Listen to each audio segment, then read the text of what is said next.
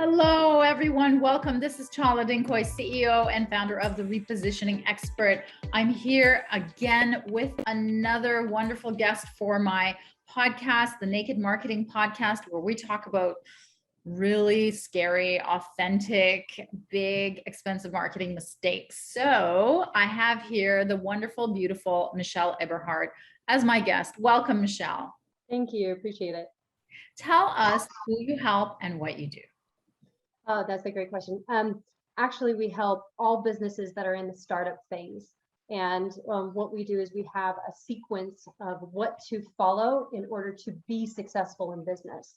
Because many times you can go to seminars and search on Google and get lost on Google time and time again and never find what you're actually seeking. And that's what we noticed when we were in the business consulting world of, wow, there's not a one-stop shop, one place to take you from idea to conception, to funding, to fortune. Mm-hmm. So what kind of startups do you work with? Mostly tech or B2B, B2C? Who is your ideal sweet spot? It's actually all of them, because the fundamentals of starting a business are very much the same, especially when you dive into fears and actually committing to your purpose, your passion. All of it, the base plate's the same. And so it goes from, your pool people, people that are starting a pool business, to tech companies, to network marketing companies. They're all very similar in terms of, hey, your step-by-step process. So is this in an online process that you deliver, or is it in-person coaching? What exactly is it? It's an app. So it's a very easy app that takes you on a journey. It actually bridges the gap between reality and fantasy. So if we could all just jump into Harry Potter and learn business, it would make it a hell of a lot funner. Instead of going through this monotony of, oh gosh, I've got to get like another class or I've got to go through another seminar, that doesn't make it fun.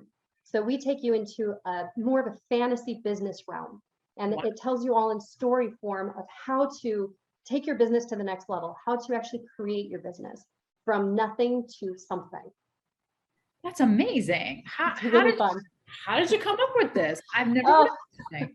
Yeah, so it's been my goal and my passion to help as many businesses as possible, because I see the downfall of businesses where they don't have all the tools that they need. And when I was business consulting, it was really hard to watch, hey, I just, dropped 10 grand on a seminar. I'm like, well, then why do you need me if you spent all this money? And they're like, well, I learned this and then I debunked it. I'm like, well, that doesn't really work. So it's great in the fantasy land of that's never going to be achievable, as opposed to, hey, what's real here? And so we were in the personal development space for a long time as well. It was like, well, personal transformation and business are so intertwined, where business owners run into hurdles of fear. They run into hurdles of, I can't, like all of these things in your head that are like, I'm too young, I don't have the degrees, I don't have the money. Every excuse possible for business. Yeah. So we were like, well, why did we get into business in the first place? Fun, freedom, and financial. So if you're not having fun, what's the point? Because you might as well go to a 9-to-5 job and be bored every single day. And we're like, well, how can we incorporate fun? Well, fun is fantasy. It's taking you into, a quest realm, or to retake your castle, or to create your castle. Well, your castle is your business. So why not make it fun in this medieval adventure where you can really start diving into, oh, wow, how do I set up my business for real so that it'll succeed? Because there's so much failure rate. There's over 80% failure rate. So if we can shift that, where it's, hey, have fun creating your business. It doesn't have to be a chore. It doesn't have to be painful. Why not just create fun? So did you hire a programmer to develop the app, and then you came up with the stories? Like, it's just fascinating. I've never heard of such a thing.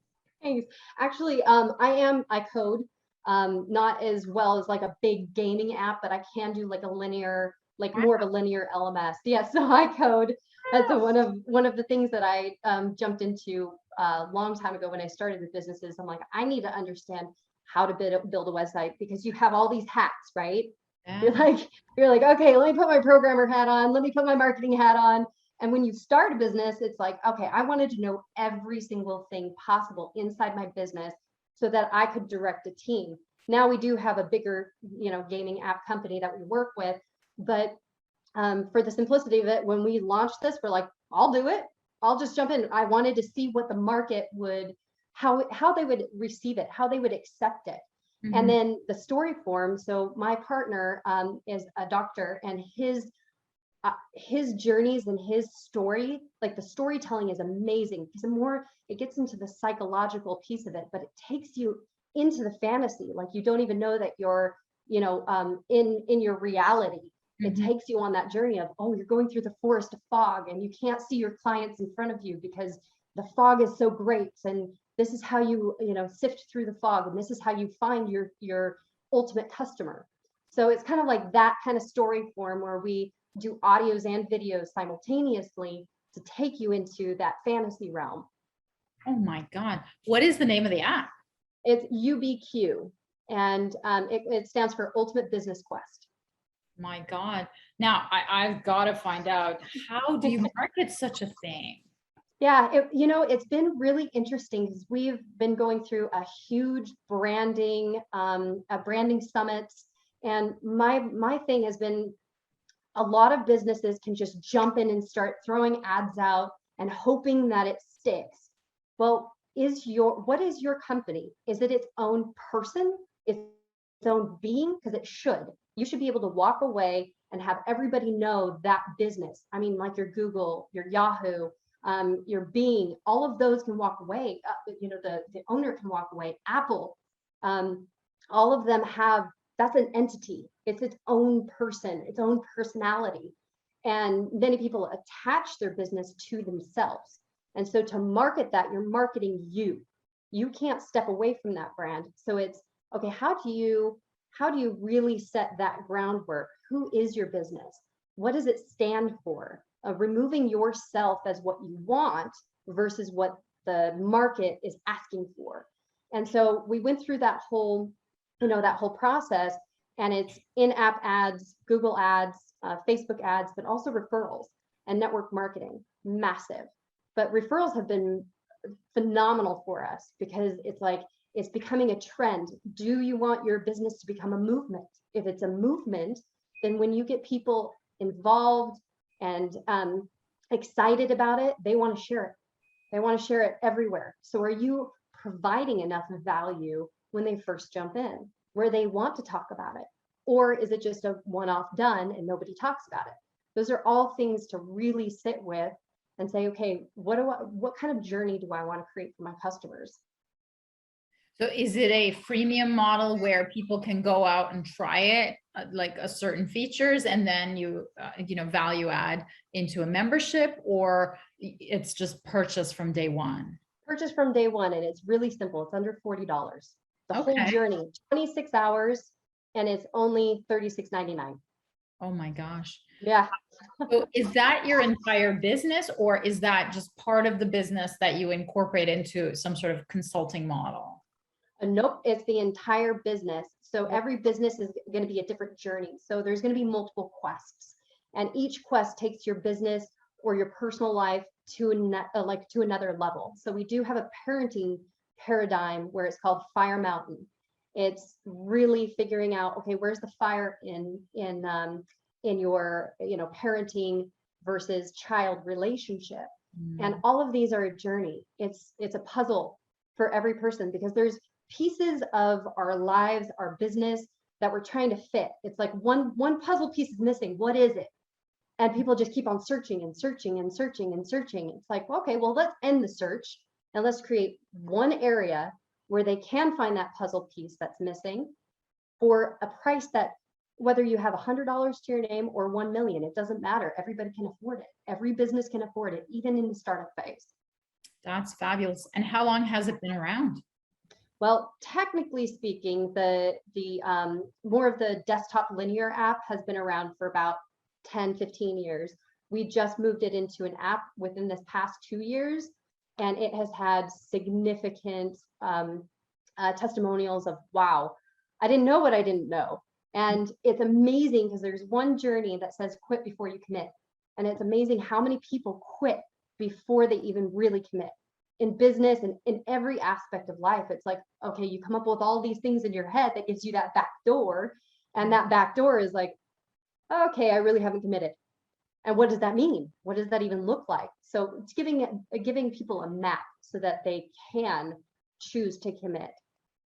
That's great. So tell us about the big naked marketing mistake that you made in your business. Reaction. Reaction is huge. It's going to market very quickly without the creation. So I'll dive into that a little bit deeper, is that I've noticed that a lot of businesses struggle for money. And when they start struggling for money, you start creating out of fear. And when you're fear-based, you start throwing up all these ads everywhere. And there's thousands, tens of thousands of dollars that people just blow on marketing. And it's like, well, what was your message? Did you really just take a step back? I know sometimes it can be really rough of, I have to get sales, I have to get money, especially when you're working with investors and you're in that early stage, is that, hey, breathe, take a step back, really look at what is your company and go based off of creation. What do you want to create? What do you want the people to feel? That emotional compulsion. How do you want them to be drawn in before you just start throwing out all these ads because you saw somebody did something and it worked? Even if it worked for them, it may not work for your business or you. So that's one of the biggest mistakes I've made. Reaction. So what's your parting marketing advice for our viewers and listeners? I would say storyboard what that funnel looks like, whether it be one of those huge, post-it sticky notes or a whiteboard, is from the very early stage of when you have somebody see your ad. What do you want your ad to really speak to? What part of them? And do you really understand your avatar? If you can answer that, then the next step would be, okay, what do you want them to feel when they come through that funnel? That funnel is super important, because if it's clunky, if it's frustrating, what do you want them to feel? And get a test audience to do it with you, of maybe friends and family, close relatives, whatever it may be.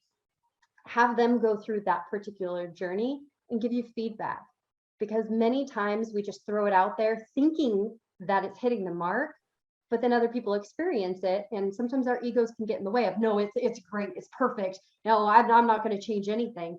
Well, you don't know what you don't know. So getting that feedback and really making those changes is really crucial, because sometimes maybe your mom or your dad, an older generation, is that your target market, as opposed to maybe an 18, 19-year-old. Are you really testing those markets to see what they're saying? No, it's too difficult. I dropped out at this point. Why did they drop out? And start changing those and pivoting those before you throw out a huge marketing budget. And also take a smaller marketing budget. So if your total marketing budget is 10 grand a month, go to like 1 or 2 for the first 2 months. Test it. Look at the analytics.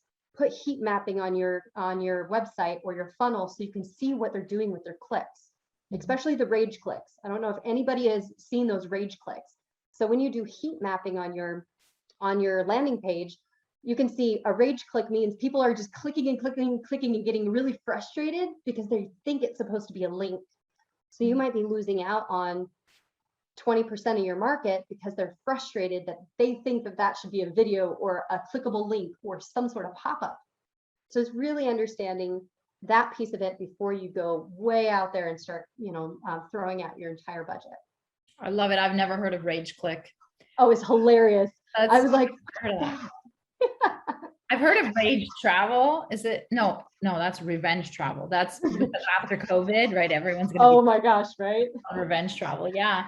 But so how can people reach you, Michelle? So our website is myquestapp.com, or you can go to my Instagram, and my Instagram is Questmaster Silk, like the material, Questmaster Silk. And each one of us is called a Questmaster inside our app. So instead of going the teacher route and the mentor, we're like, you know what? Let's make it fun. As a Questmaster, I'm just here to guide you through a quest, whether you take it or not. That's wonderful. Thank you so much for being a guest, Michelle. Thank you. Appreciate it.